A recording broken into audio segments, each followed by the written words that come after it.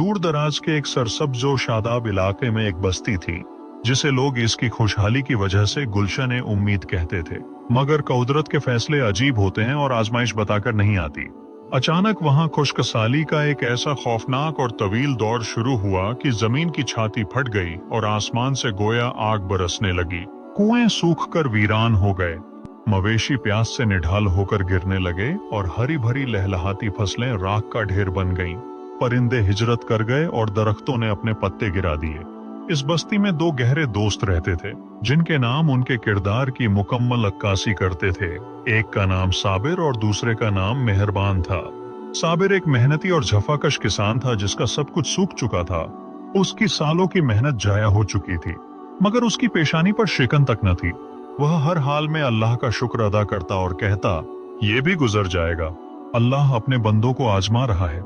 दूसरी तरफ मेहरबान, जो गांव का सबसे अमीर और बाअसर ताजिर था, कहत के आगाज ही से अपने अनाज के गोदामों के मुंह खोल चुका था। वह अपनी जिंदगी भर की जमा पूंजी तेजी से गरीबों, यतीमों और बेवाओं में लुटा रहा था ताकि कोई भी शख्स भूखा न सोए। गांव के बाकी लोग मायूसी के गहरे अंधेरों में डूबकर बेहद खुदगर्ज हो चुके थे।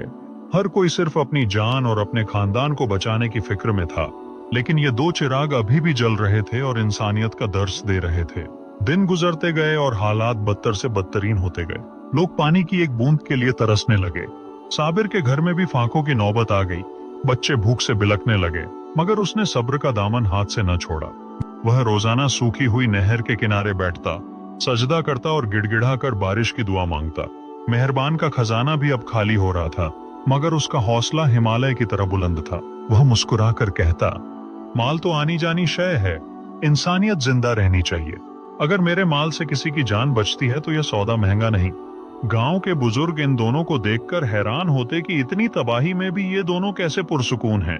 ये कहानी अभी जारी है।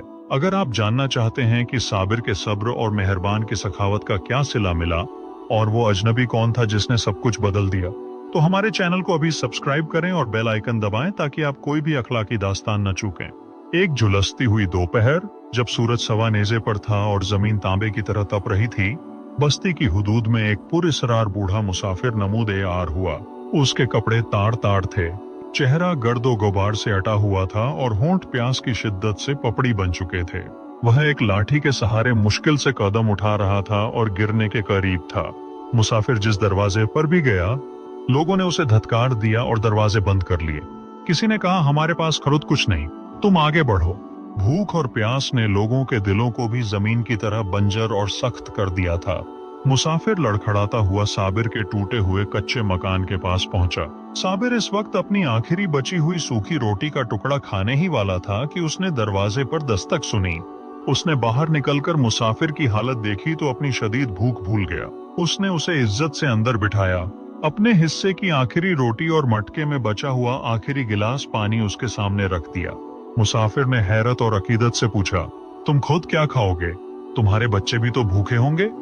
साबिर ने मुस्कुराकर आसमान की तरफ इशारा किया और पुरसुकून लहजे में कहा, मेरा रब मुझे और मेरे बच्चों को भूखा नहीं मारेगा।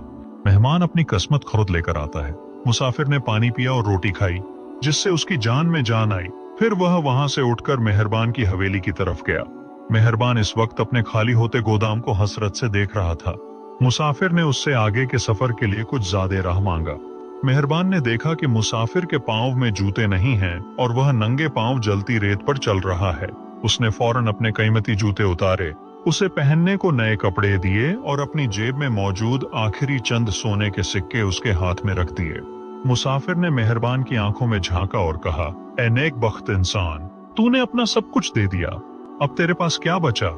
मेहरबान ने नरमी से जवाब दिया, मेरे पास वो सुकून है जो देने से मिलता है और वो उम्मीद है जो कभी नहीं मरती।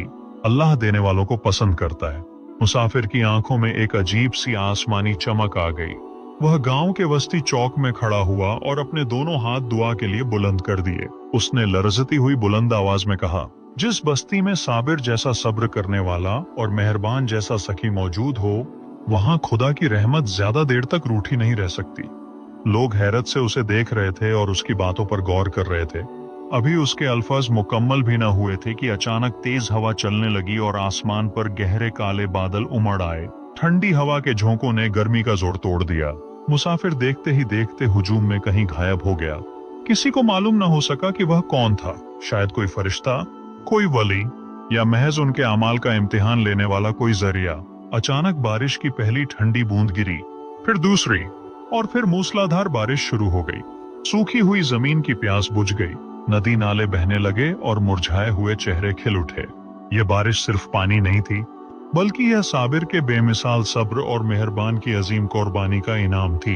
पूरा गांव समझ गया कि आजमाइश में मायूसी कुफ्र है और सखावत बेहतरीन इबादत है।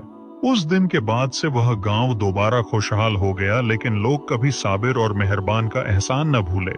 अगर इस कहानी ने आपके दिल को छुआ है और आपको सब्र और इसार का दर्स मिला है, तो इस वीडियो को लाइक करें और दोस्तों के साथ शेयर करें। कमेंट्स में सब्र और शुक्र लिखना न भूलें।